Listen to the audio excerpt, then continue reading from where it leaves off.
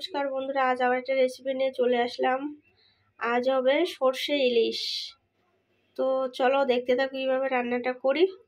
এখানে আমি সর্ষে, 3-4টে কাঁচা লঙ্কা মিক্স করে নিয়েছি। এটা এবার একটু ছেঁকে নেব, তার কারণে যে সর্ষের যে এইগুলো খোলাগুলো থাকে এগুলো দিলে তিতো লাগবে। এবার একটু ছেঁকে নেব। আমি এটা ছেঁকে নিয়েছি, দেখো। তো এবার একটু এখানে হলুদ গুঁড়ো অ্যাড করলাম।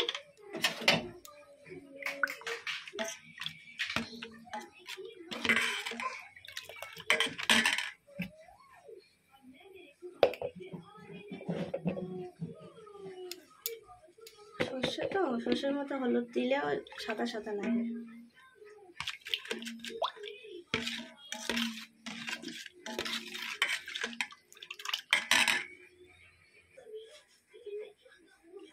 মাছটা ভেজে নিই, ওই তেলের মধ্যে আবার একটু তেল দিয়ে দিলাম, সর্ষের তেল।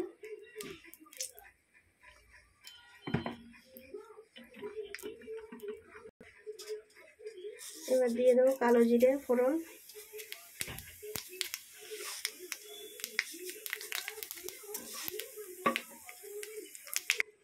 এবার দিয়ে দেবো কাঁচা লঙ্কা।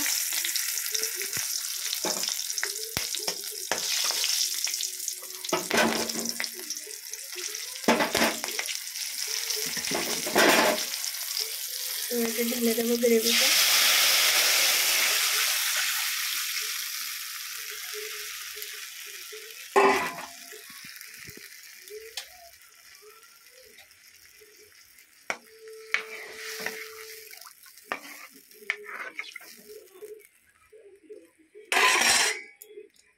একটু ফুটতে দেবো, ফুটলে তারপরে মাছটা দিয়ে দেবো। একটু লবণ দিয়ে দিলাম।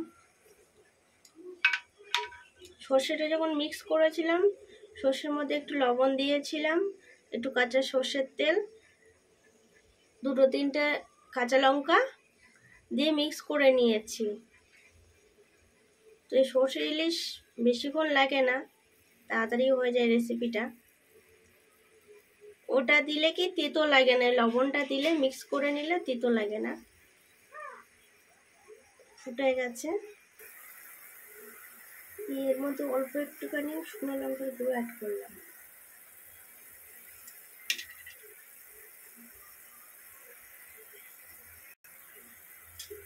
এবার মাছটা দিয়ে দেবো।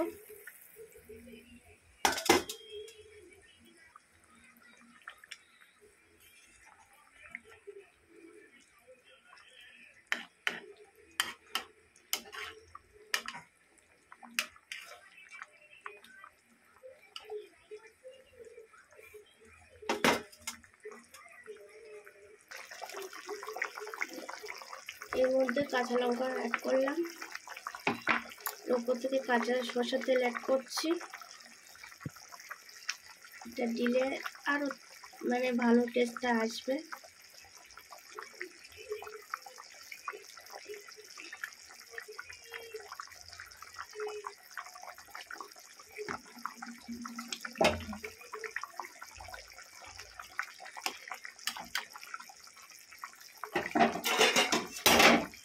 ঢাকা দিয়ে দেবো আবার।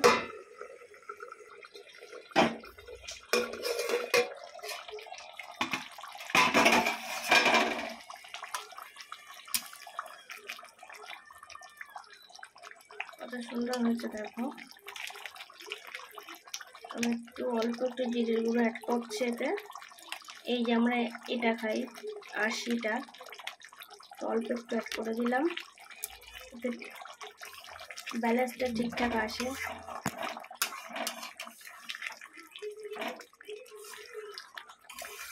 তোমরা তো এখানে নেই বন্ধুরা, গন্ধ পাচ্ছ না, কিন্তু আমি গন্ধ পাচ্ছি, আরুন গন্ধ বেরিয়েছে। কে কে খাবে চলে আসো বন্ধুরা। দেখো কত সুন্দর গ্রেভিটা হয়েছে, পারফেক্ট হয়ে গেছে পুরো।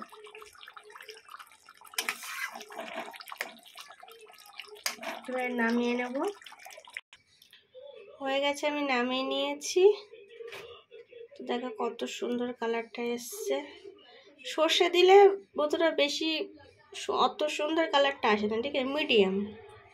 তো সর্ষে দিলে একটু সাদা সাদাই লাগে,